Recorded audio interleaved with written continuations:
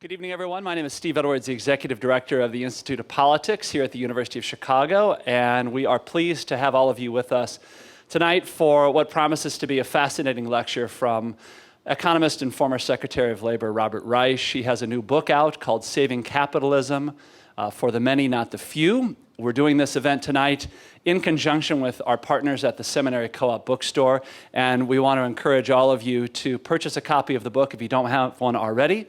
And Secretary Reich has kindly agreed to sign copies at the conclusion of tonight's talk.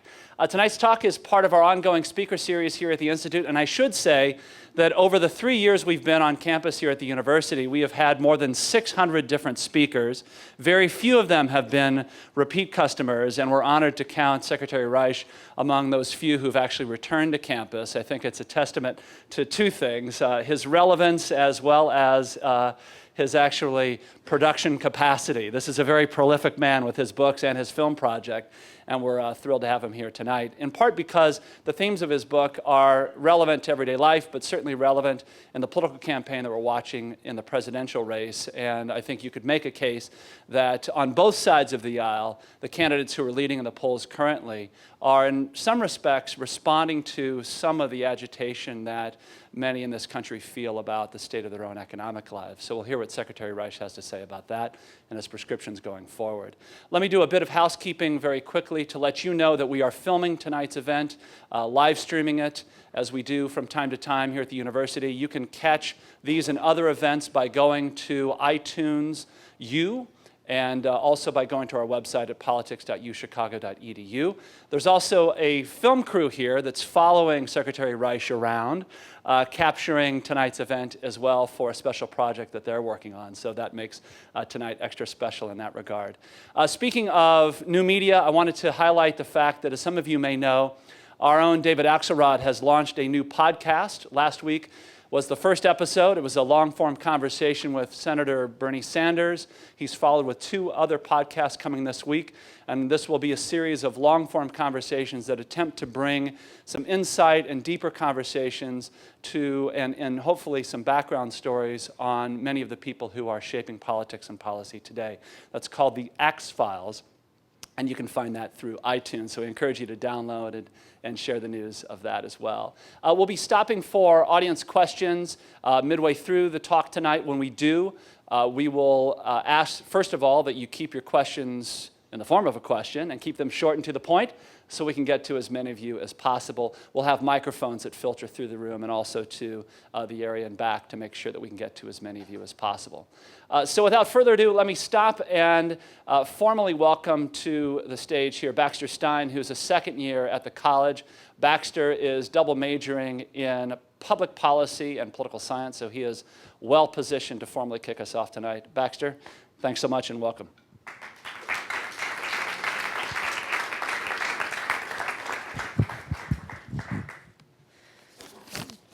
Hi, everyone.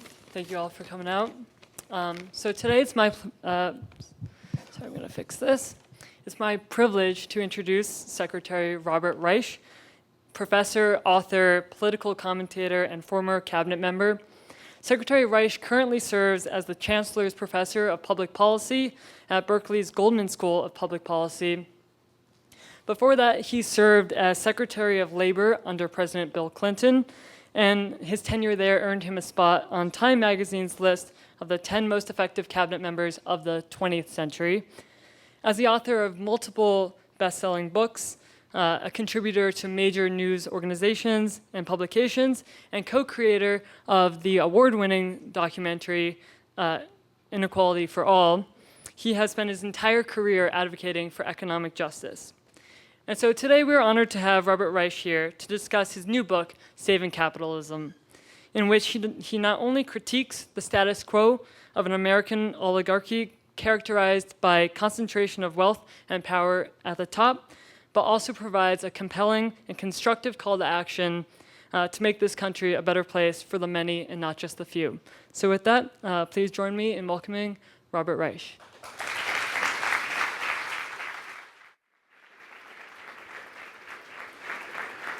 Well, thank you very much.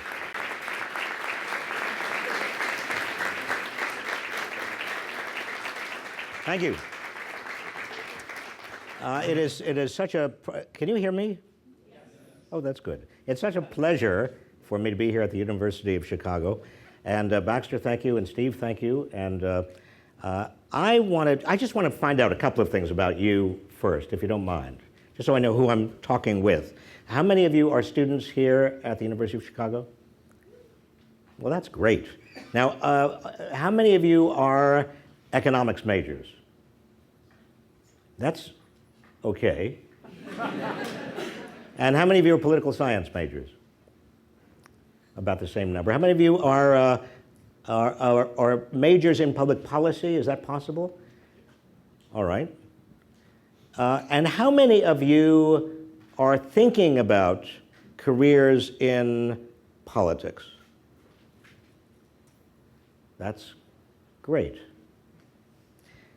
That helps me a lot. Oh, here's another question. How many of you, and I don't want to put anybody on the spot, but how many of you have seen our movie Inequality for All? That's great too. The director of that movie, by the way, Jake Kornbluth, is here. Jake, why don't you stand up?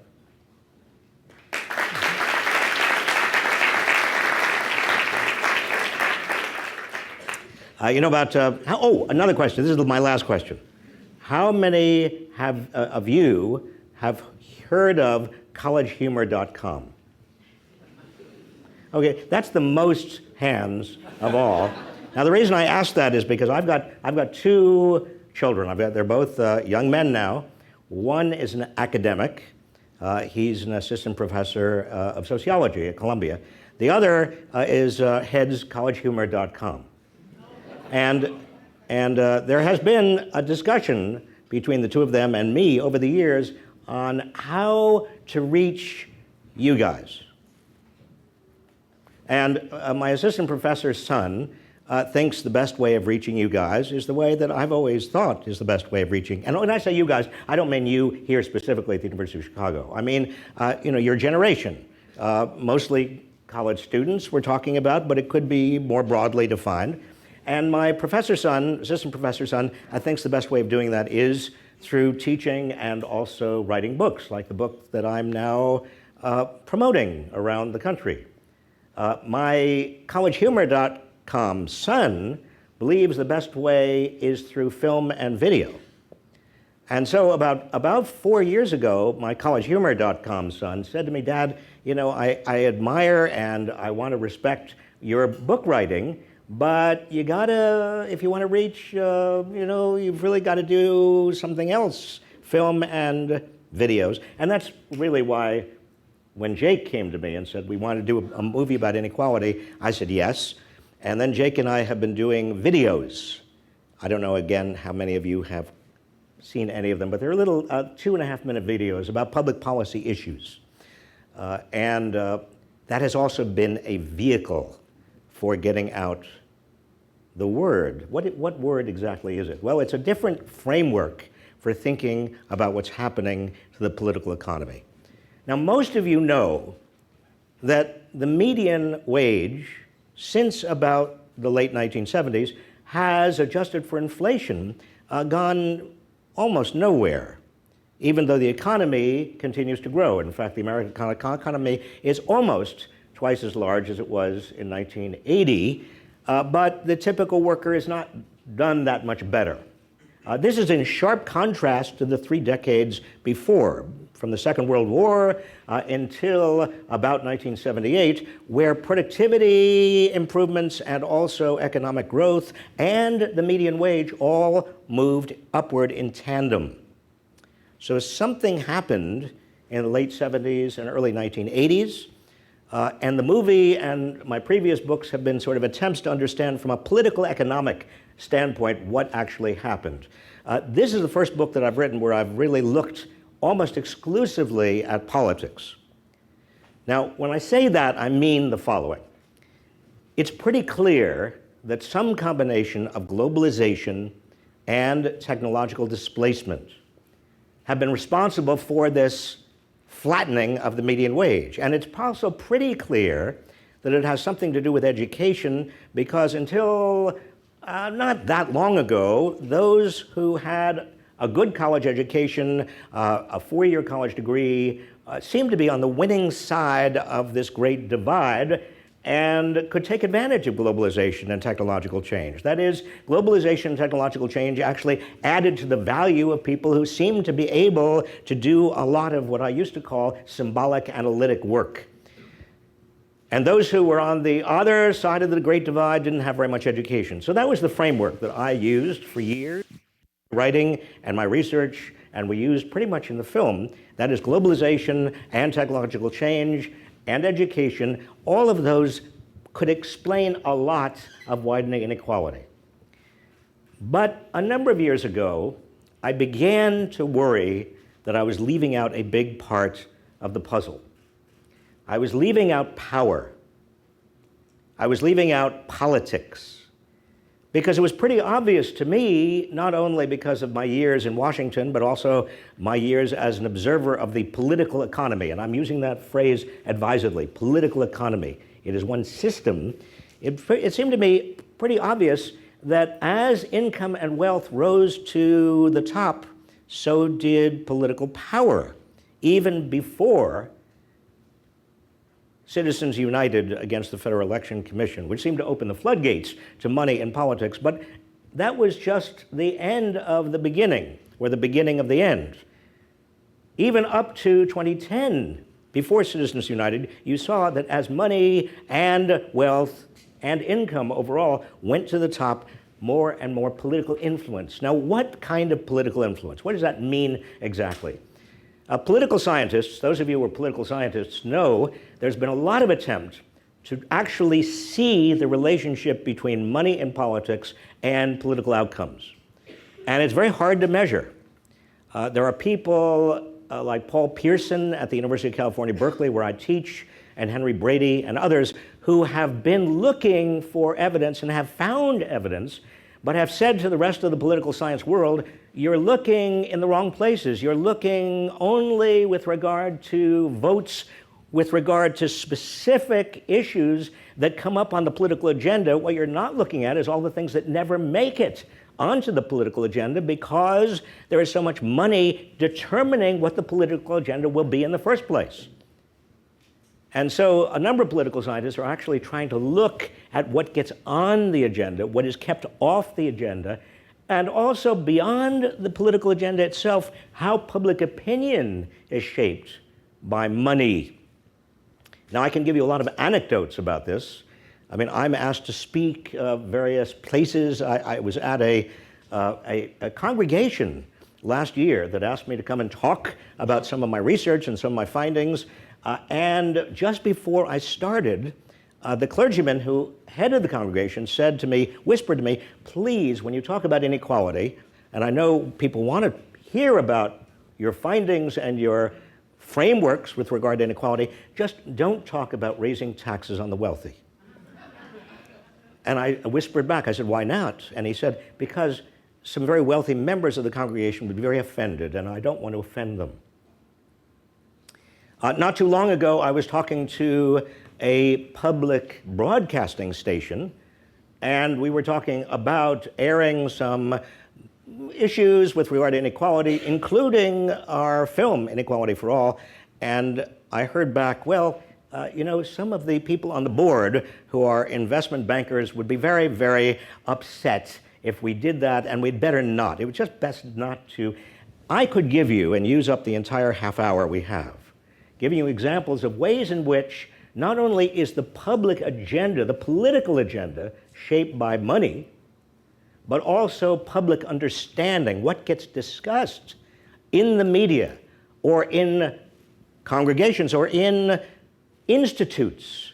Maybe not this institute, but I was at an institute in Washington not that long ago that is characterized as a liberal institute, and they wanted to talk about inequality, and I helped them, and we did a study, and we did a lot of things, but the issue of money, big money from big corporations and Wall Street affecting the rule changes that might play some part in how people are in the market experiencing widening inequality, they didn't want to discuss because they were afraid some of their funders would be offended.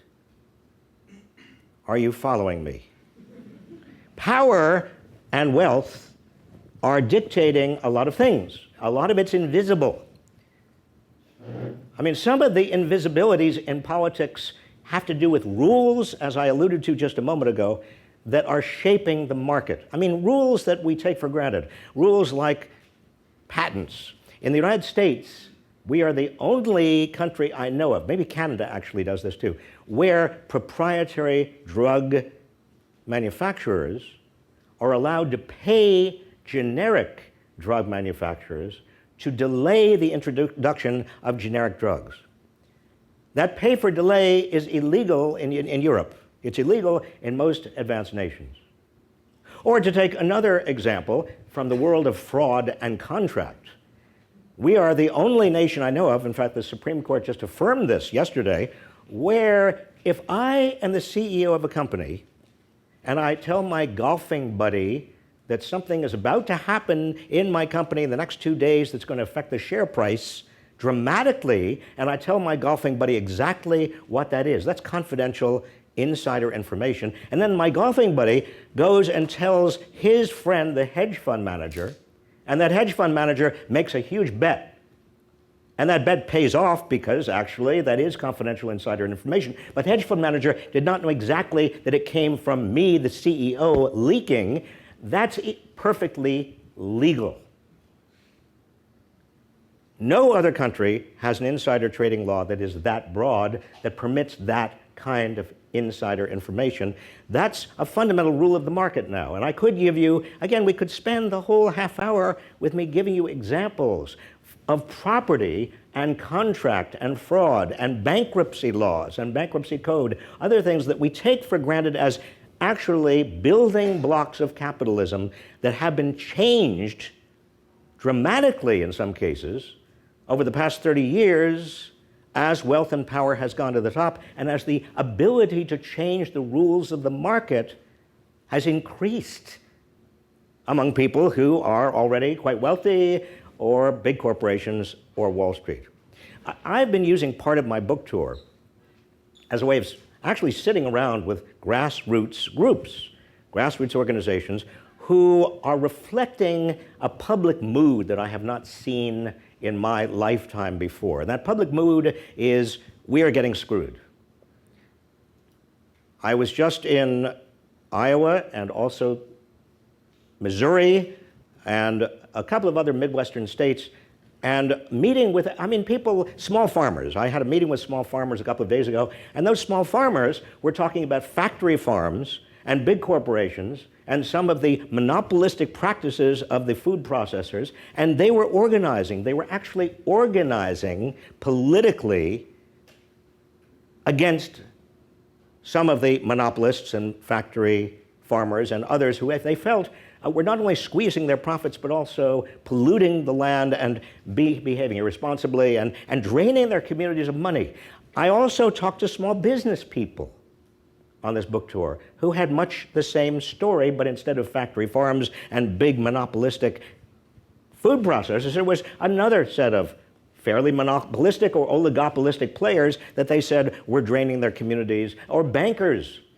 We could go through, and I have gone through in a very light, free-floating focus group way over the last week or so, but I have already been in touch with many of these people. We see a groundswell that is very similar to the groundswell that I have read about historically in this country, that comes about when enough people feel that the system has got off track somehow and is no longer working for most people. In the 1830s, and again after the Gilded Age of the 1890s, the Progressive Era, which most people say is 1901 to 1916, again in the 1930s when everything collapsed and we had the Great Depression and the New Deal, again to some extent in my lifetime in the 1960s, when a lot of people thought things were off track and we wanted to do better and we sought voting rights and civil rights, and then Medicare and Medicaid, and eventually even at the end of the 60s, the Environmental Protection Act. there is an upsurge in public demand, resolution, outrage, movement building. We can call it, if you want, for want of a better term, populism.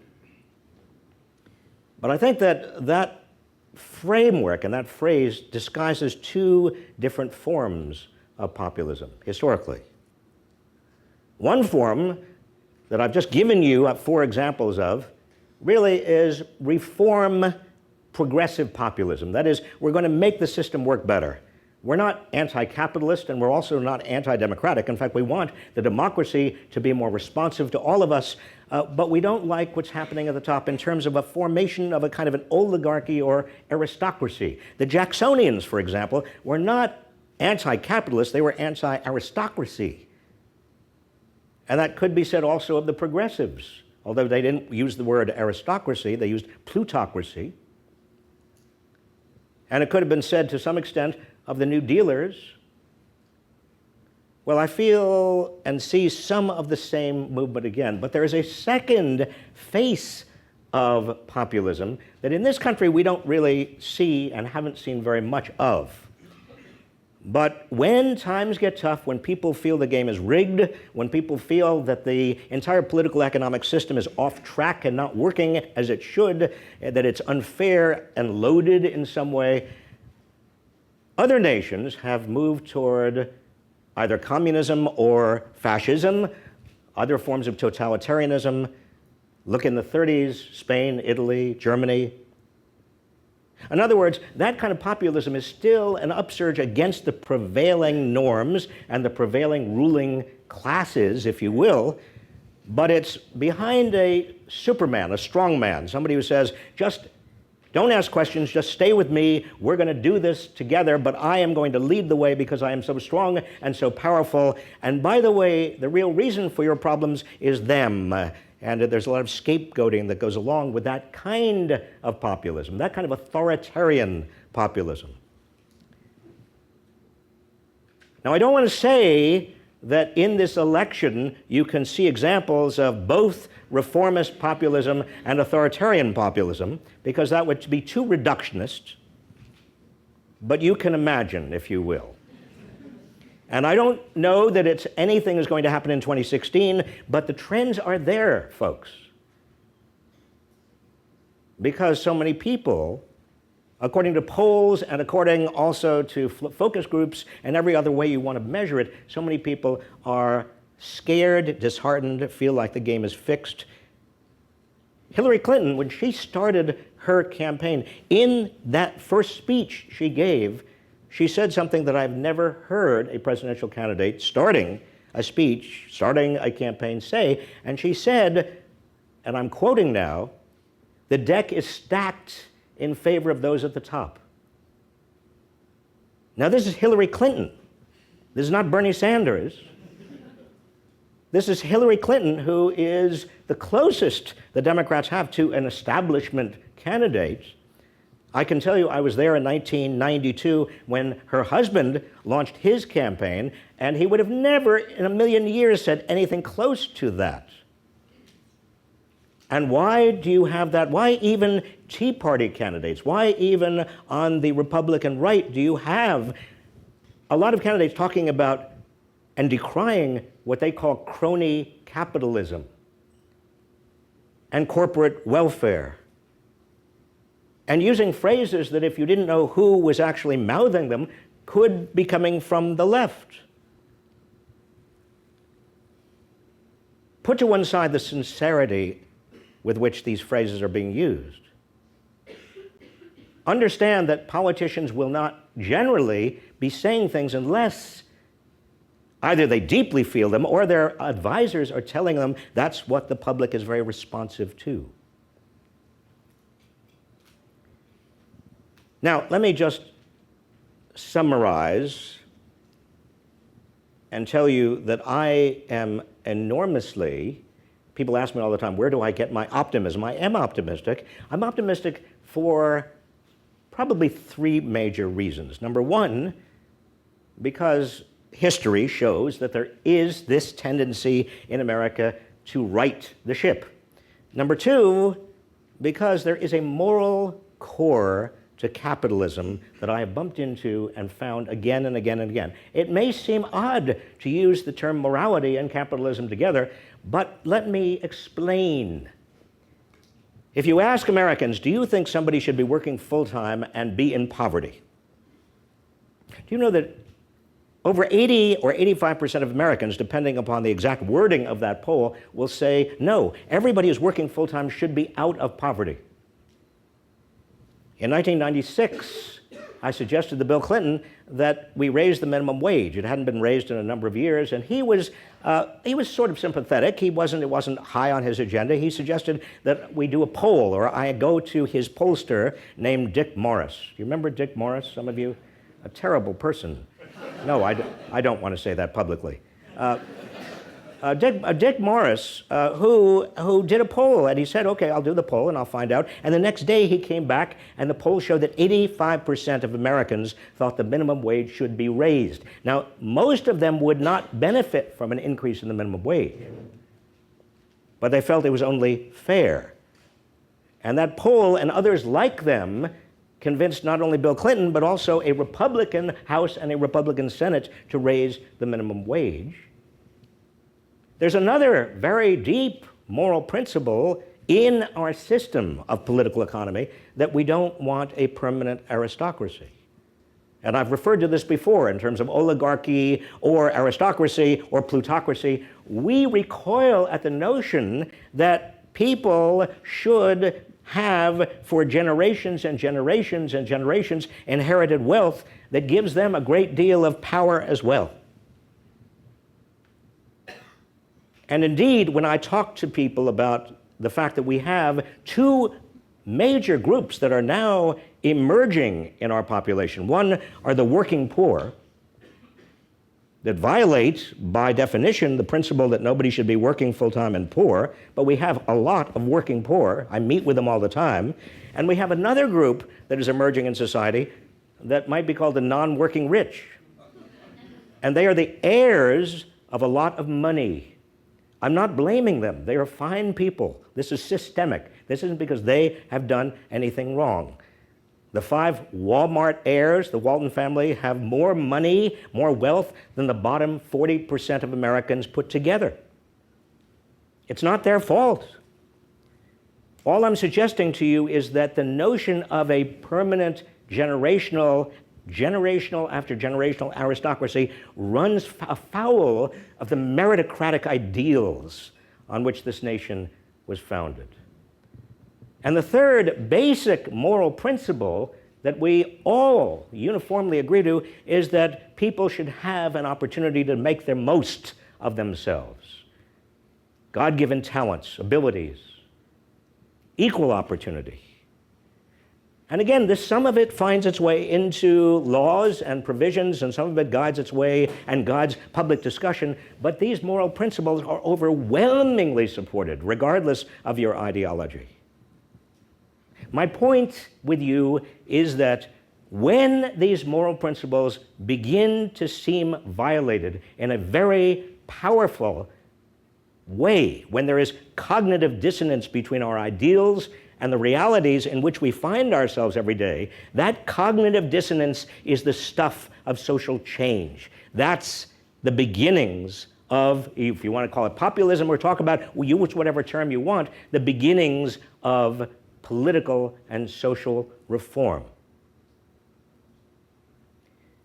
The third reason I am optimistic is because I spend most of my days as a professor at Berkeley surrounded by young people between the ages of 18 and 25. Many of you are between the ages of 18 and 25. How many of you are between the ages of 18 and 25? Well, here's the thing about you that I know, and it's not just extrapolating from Berkeley, because I go to a lot of universities. I was at the University of Texas just a couple of weeks ago. And one thing that I have found about people who are between the ages of 18 and 25, and I've been teaching since 1981, so I have some comparative data. And I've not only been teaching at Berkeley, I also was teaching at another university that is on the Charles River, whose name I don't really want to talk about. But the thing that I have noticed over the years is that this generation of 18 to 25-year-olds is more public service oriented, more idealistic than any generation of 18 to 25-year-olds I have ever come across. You don't particularly like politics. In fact, you're quite cynical about politics, but you really do want to change things. And that propensity to want to change our society for the better is, to me, ennobling and exciting and inspiring. So I understand and I feel an optimism that's grounded in a certain historical and present reality and a moral code that we don't talk about very much. I don't know when this will happen or how it will happen, but I know it will happen. We will right the boat. And many in this room, some of you who put up your hands when you said, I asked, are you going into politics, are going to be participating directly. Some of you are going to be participating indirectly. I want to thank you for that in advance and tell you that I am counting on you. Thank you very much.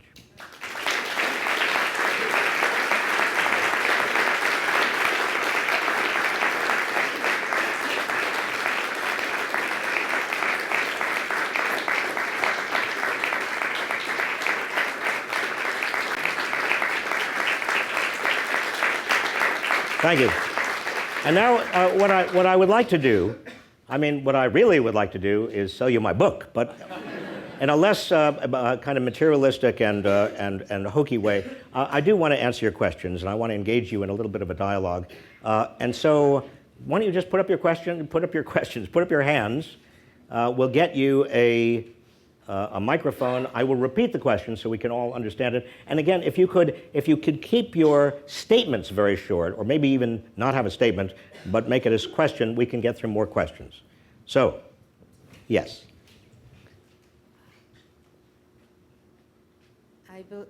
Is this on? And I'll repeat it.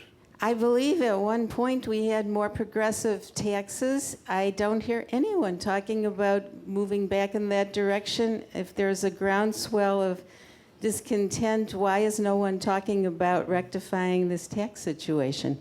Well, did you ever hear the question about progressive taxation? It is true that between the Second World War and 1980, the highest marginal tax rate was never below 70%, and the highest effective tax rate, once you got all the tax deductions and credits incorporated, was around 50 to 52%, depending upon how you calculate it. And that's really much higher than it has been since 1981. And the assumption has been propounded by some people in even this institution, that if you raise taxes, you're going to slow growth. But actually, we had faster growth on average between the Second World War and 1980 than we've had since 1981. There's not much empirical proof for the notion that high taxes really are very bad for economic growth. But even so, your question stands. What happened to taxes? Well, under the analysis I'm giving you, one reason that marginal taxes have been lowered and loopholes have been widened has to do with power and has to do with politics, and it's part of the same pattern. But the second thing I want to do quickly is alert you to the fact that the internal predistributions upward that I've talked to you about in terms of monopolies and oligopolies, and we could go through, a lot of the detailed ways in which the market is structured are escaping notice completely. We all obsess about the extent to which taxes and transfers are going to be either good or bad or how much they should be, without really talking about the ways in which the market is structured to take a lot of the money, income of people in the middle and below, and essentially transfer it upward. Yes. And I will take somebody in the back next. Thank you very much for being here. Okay. So just putting aside your ties to the Clinton family, in this election, who do you think is the best candidate to resolve issues of income inequality in the United States? You mean who would I support? That's my business. You can make that decision yourself. I mean, I do think that, and I'm not going to, again, say anything about authoritarian populism versus reform populism, but there is a candidate on the Republican side that does seem to embody authoritarian populism, and there is a candidate on the Democratic side that does seem to embody more of a reform progressive populism, but that's all you need to know. Yes. And there, in the back. I'm a student in the college, and one moral kind of problem I have sometimes is that, like, I vote, I try to stay informed, but I never feel like I'm doing enough necessarily, and I'm not going into politics as a career as of now. But what do you suggest I do to try to affect change more? Well, you ought to do more. I think that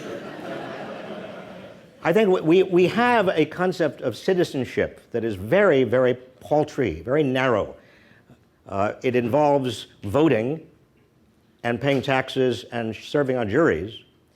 But actually, that's not nearly enough. I think if anything is going to change for the better, we've got to be much more engaged. And that means everything from supporting a candidate you believe in, not just with money, because you probably don't have very much money, but taking some time every day, maybe an hour away from some entertainment, and putting it into politics, calling people, making sure that a infrastructure exists so that people will vote, people will get out the vote, making sure that there is a different kind of way of doing it is to support political action that you believe in. You know, the Fight for 15, for example. I'm not suggesting that's one that you should support. I'm just saying that there are a lot of grassroots things happening and boiling up and bubbling up that you can devote yourself to, and that would give you enormous learning and practice in politics, small p, but also would be a good thing for you to do in terms of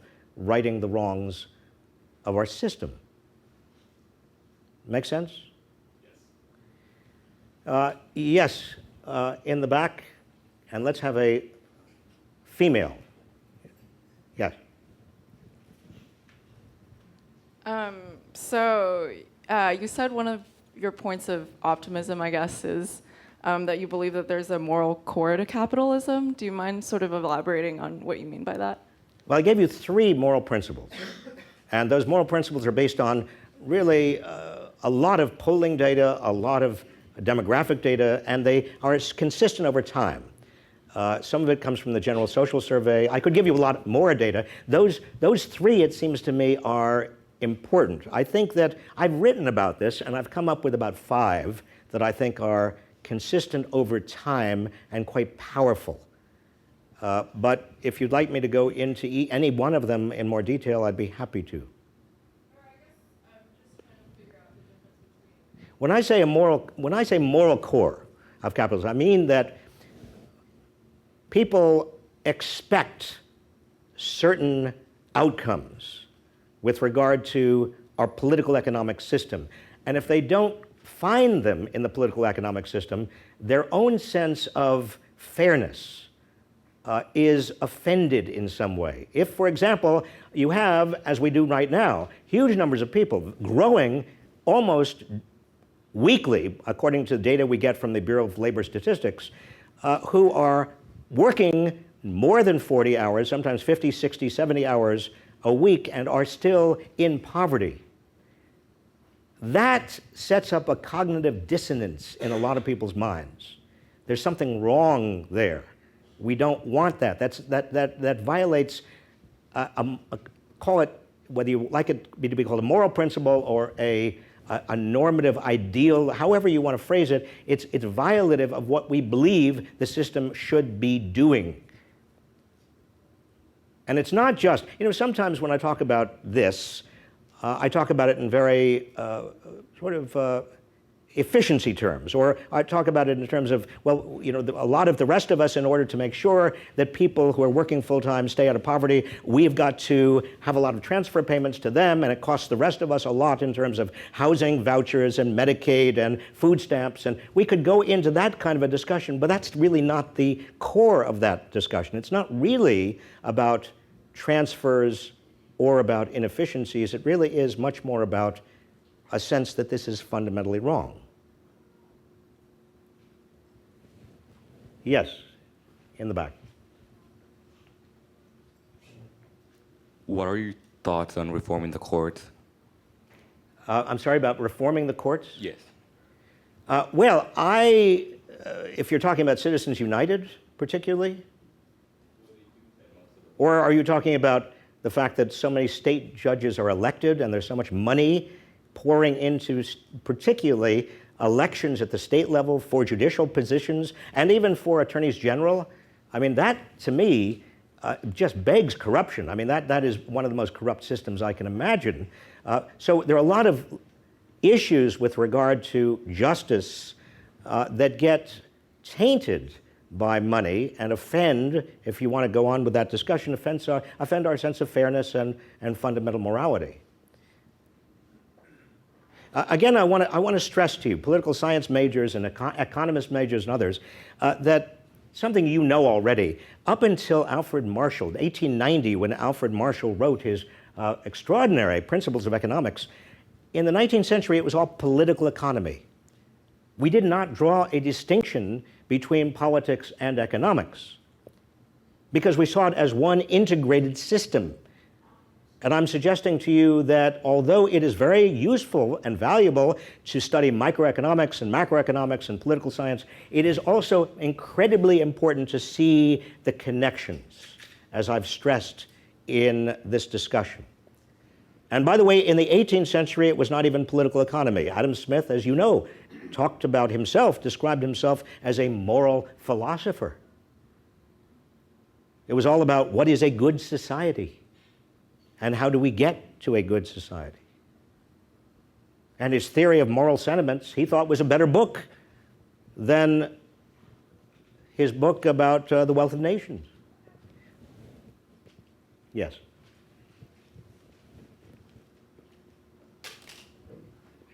Hi, thanks a lot for coming. I was wondering, so you mentioned the sense of the distortion with the moral codes in this country. I was wondering where you see this winds of change. I think we can talk about this across the world. When you look at Europe, the anti-austerity movements, Podemos's rise, Syriza's rise, Jeremy Corbyn. Where do you see United States in relation to where the rest of the world's sort of reacting to this? Oh, well, I see in much of the rest of the world, and again, every place is different, and it's very, very hard. The higher you go in generalizations, the more worthless and more, you know, almost silly it becomes. But in Europe, you can, given the stresses right now, you can see authoritarian populism start coming up again, bubbling up. And that, again, the authoritarian populist is Berlusconi. You know, I mean, it goes back to, I mean, Mussolini. I don't want to pick on the Italians. Let's find, you know, there are certainly many others. But you find it in kind of anti-immigration, tremendous anti-immigration, even before the refugees started pouring into Europe. Again, coming out of economic stresses, and we know the pattern. We've seen the pattern before. In the United States, we are also seeing anti-immigrant sentiment. We're seeing a lot of blame being thrown around, and when people are anxious and nervous and worried about the future, worried about their children, that is a fertile soil for demagogues on the right or the left. We know this, and this is historically very clear. In the United States, the reason I wanted to suggest that there's something going on in 2016 is that a year and a half ago, if you asked me who would be the Democratic nominee and who would be the Republican nominee, I would have said it's a no-brainer. Democrats is going to be Hillary Clinton, Republicans is going to be Jeb Bush, because those were the two establishment candidates who had all of the connections, all of the money connections, all of the basic history of the last 20 years behind them, and that was the inside establishment candidate on both sides. And something has happened. and that something that's happened is quite interesting. From somebody like me who is a political observer going way back, this was unpredictable. Yes, can we have another female, please? Yes, back there. Hi. In Inequality for All, you focus a lot on the problems of student debt and like the problems with financial aid distribution. Well, do you advocate solving that problem within the current economic system for students, or like an entirely new solution altogether? You could, if we're talking policy now. I want to bracket this discussion because a policy discussion is great. It's a lot of fun. I teach public policy, but public policy, as public policy, is sort of meaningless without politics and political force and political movement behind it. I mean, because we all, oh, that's an interesting policy. I like that policy. So what? I mean, one policy that I think might be useful would be, particularly for public universities, but maybe also for private universities, a kind of nationwide income contingent loan program. We're moving toward that to some extent. But I'm saying a slightly more dramatic version, which would be, let's say, for the sake of the argument, that the first 10 years of your full-time salary, 10% of it goes into a fund, and then at the end of the 10 years of your first 10 years of full-time salary, after you've paid 10% into that fund, you are dismissed from all debts. But it could be prorated according to how much you owe. Or we could say everybody goes to public university for free, but everybody has got to do this tithing for the first 10 years.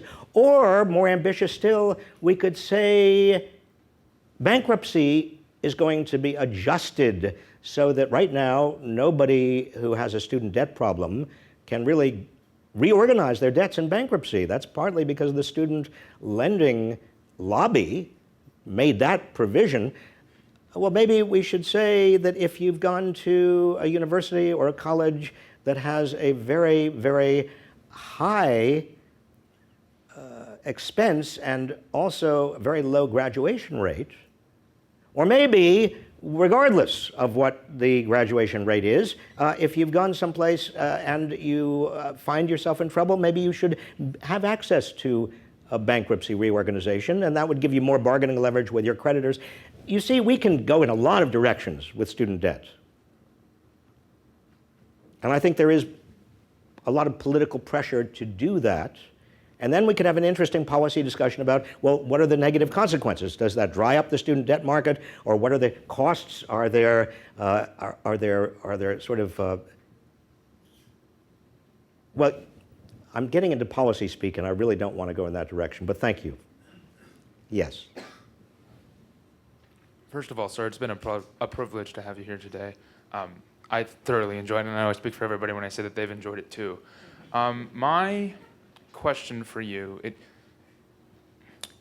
the United States economy is currently based on a system of debt. And what I mean by that is that the United States government, if it ever comes into a position where it does not have enough money to carry forward with its programs, it can then request that money from the Federal Reserve, which it gets with interest as a loan.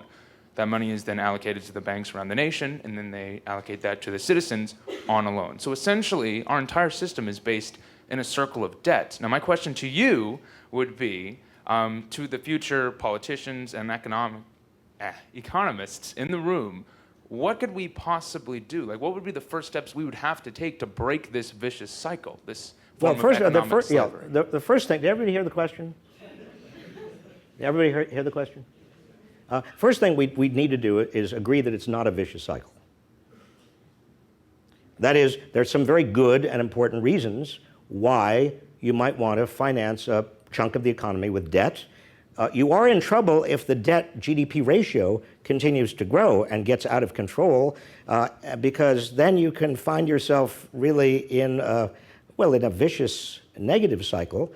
But at the same time, you don't want to be going crazy with austerity. If you've got a lot of unutilized capacity, including a lot of unemployment, you don't want to then start reducing your debts because then you can find yourself with slower growth, which makes your debt problem and your unemployment problem and your underutilized capacity problem even worse.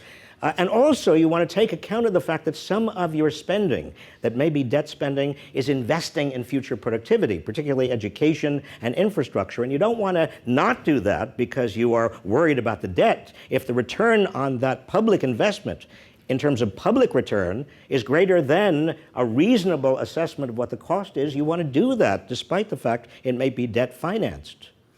So what you want to do, the first step you want to take is just step back and say this may not be a vicious cycle at all.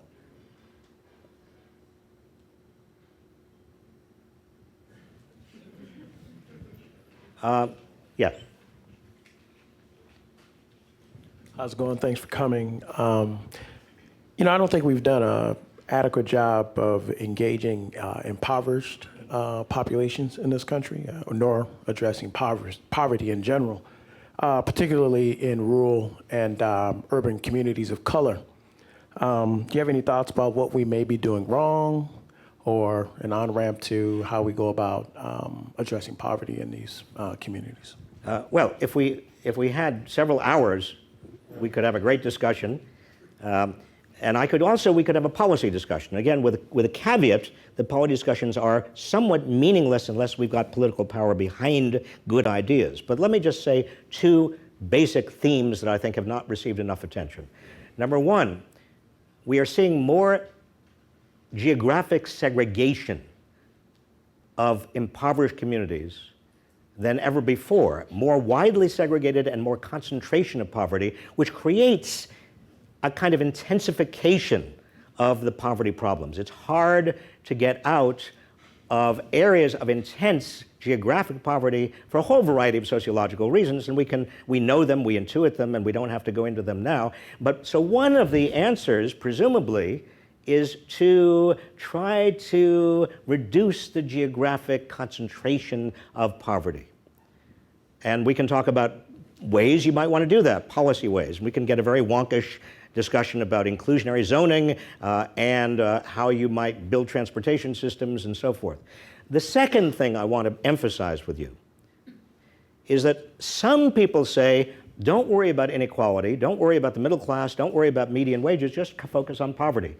That is wrong, because if your middle class is shrinking and stressed, there are, by definition, fewer places for the poor to move up into. And also, your middle class politically is going to be less generous and much more susceptible to racism and to other isms and to exclusionary activities and to blaming the poor than if your middle class is growing. And so you really do want to look at what's happening to the middle class at the same time as you look at what's happening to the poor.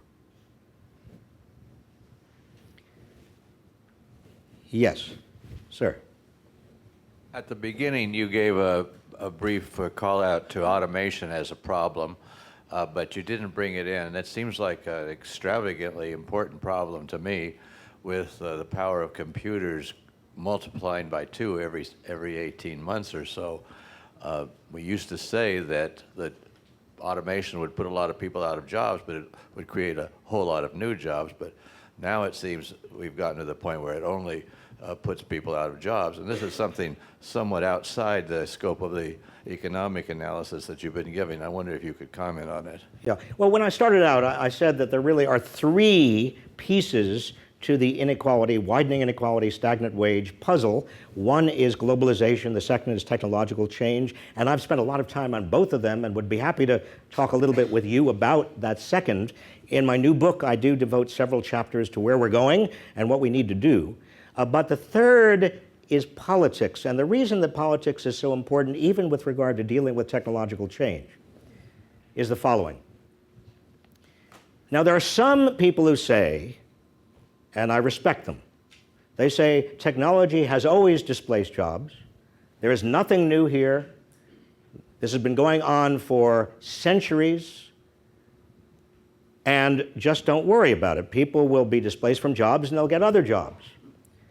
Now, to some extent that's right, but that doesn't take account of the pace of technological displacement, because we're moving into, very quickly, an era where it's not just job displacement or labor displacement, it's knowledge displacement. And once we get into knowledge displacing technologies, then adjustment mechanisms are much harder because it's much harder for people to get the new knowledge they need. It's just, you can't just, the system does not work that fast. People do not work that fast. We are outpacing, arguably, the ability, the adjustment mechanisms that we have in place, even with good education. Even if we had a good system of workplace retraining, which we don't, we are way outpacing those things. But the second piece of the puzzle is that if you extrapolate from where we are today, you could conceive of a little tiny machine, no bigger than a cube, and let's call it the I everything. And the I everything would be the equivalent of Aladdin's lamp. You just say to the I everything, here's what I'd like, and boom, you have it. 3D printing. I mean, everything that you want, you will have because that little I everything can produce it. And that sounds terrific. In 1928, John Maynard Keynes predicted that in 100 years, technology would basically have progressed to such a point we would have everything we need. There would be no reason for anybody to work. And that seems to be, at least in one reading, where we're going, but Keynes left out one big problem, and my I everything example exemplifies that problem. The I everything would be a marvelous machine, but nobody would be able to buy it because nobody would have a job. So along with the current of technological displacement, we have got to be rethinking the way in which money actually is going to be recirculated to give most people the opportunity to actually buy the I everythings of the future. And in the book, I talk about a minimum guaranteed income that comes not from taxing and redistributing, not from a transfer payment, but comes out of our intellectual property system. That's all I'm going to say because I don't want to give away the plot. We have time for how many more questions? 2 more questions. All right. Again, yes. I'm really curious to know how your message changes from, like, depending on the demographics of your group that you're speaking to. So, for example, we're all, educated at some point about politics, but how does your message change to, for example, when you're in a Midwestern state talking to farmers? Well, interestingly, the question is how my message changes. I'm not running for office. So I don't have to change my message. I was at the, where were we this afternoon? The Union Club? We were at the Union Club, and I basically said pretty much exactly what I said to all of you, in a way that was slightly more threatening to them. And I was talking to farmers, and we were talking about the same issues. Now, I do personally, because I am a teacher, I watch body language and faces to see whether what I'm saying is at the right level in terms of both capturing people's attention but not making them bored. So the audiences do change, but it's not demographic changes. It's just in terms of ability to assimilate. But one of the beauties, honestly, of not being a politician, I hate to say this because I've just urged you to become politicians, but in terms of talking about reality, you really don't have to worry. I ran for office once. I ran in 2001 for the Democratic nomination for the governorship of Massachusetts. And had I won, I came in second out of a field of 5. Had I won, I would have taken on Mitt Romney. And I would have whipped his derriere, and we would have never had Mitt Romney to contend with again. And I regret that very, very deeply. But I also discovered that I'm not a natural politician. Some of you, even those of you who may not think you're a natural, you are actually natural politicians. I'm talking about electoral politicians. Some of you are natural leaders. Some of you can learn to be politicians, learn to be leaders. I really was not. One more question we have. Yes. You haven't asked a question before, have you? No. Yeah. Thank you. Well, now that we know you're not a politician, I have a question about politics. Thank you. By the way, I don't need to feel any pressure because this is the last question in terms of making it really a great question. Well, I've been thinking the same question for a while, so Okay. you'll get what you get.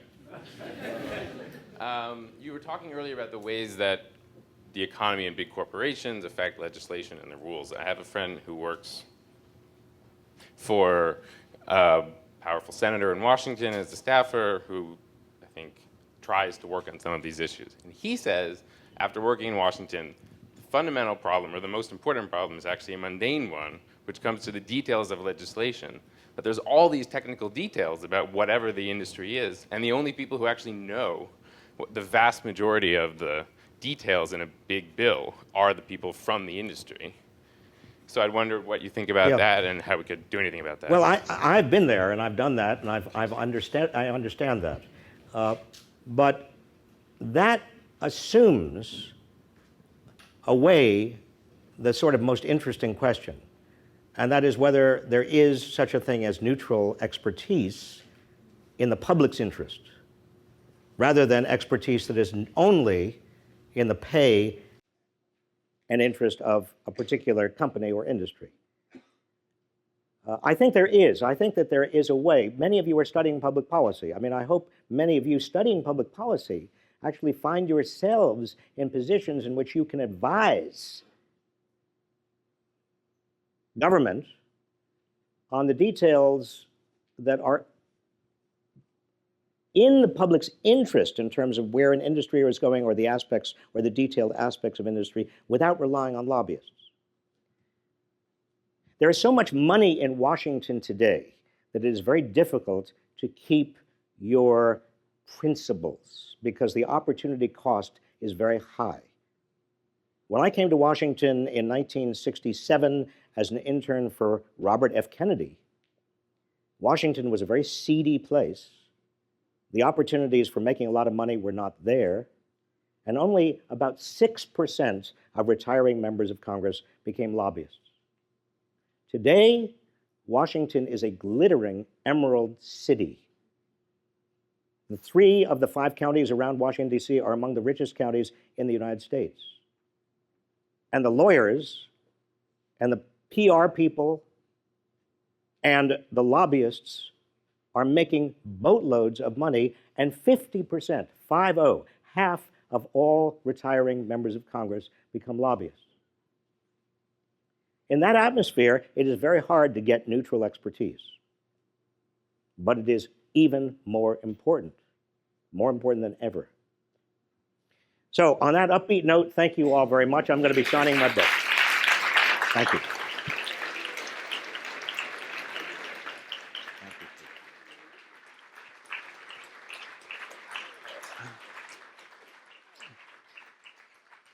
Secretary Reich, thank you so much for that talk and that conversation. We are going to ask all of you to stay in your seats for just a moment, if you don't mind, and let Secretary Reich move to the far room in the library where he will be setting up to sign books for those of you who are interested in having your book signed. While he does that, I want to remind you that we have a few other events coming up on our calendar, including one this Thursday back here at the IOP at 6 o'clock. It's a conversation with Alistair Campbell. For those of you who don't know about Alistair Campbell's work, he is significant in a number of respects. He's written a new book looking across sectors, not just public policy and politics, but business, on leadership and how to succeed and what's most effective. So as you think about what you want to do on the basis of this talk, he'll be quite instructive on some of the nuts and bolts, has a new book on that topic, and he'll be with us. He was also a top advisor to Tony Blair and somebody that you'll want to see in person. So that'll be here on Thursday. Next Thursday, 2 other events. We have Vermont Governor Peter Shumlin, who has played a leading role in the fight against heroin trafficking, something that is quite important, not just in the city of Chicago, if you've been following recent news events, but all across the country. He's the most recent chairman of the Democratic Governors Association. That's at 10 o'clock on Thursday morning. That same evening, Senator Claire McCaskill will be here on campus as well at 6 p.m. For a talk and conversation. So 3 events coming up. You can find out about all of this at politics.uchicago.edu. I get the sign that Secretary Reich has settled, so we'll let you go free tonight. Thank you so much for being here. Have a safe evening.